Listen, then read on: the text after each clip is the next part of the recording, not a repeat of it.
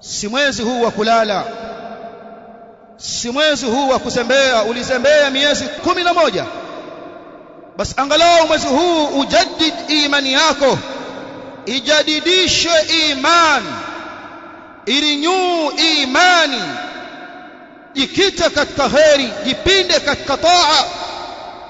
Malaika alikuhusia pale ulipoingia mwezi huu wa Ramadhani, akakwambia ya baghi alkhairi aqbil, ewe unayetaka kheri sogea, manake huu ndio mwezi wa kheri.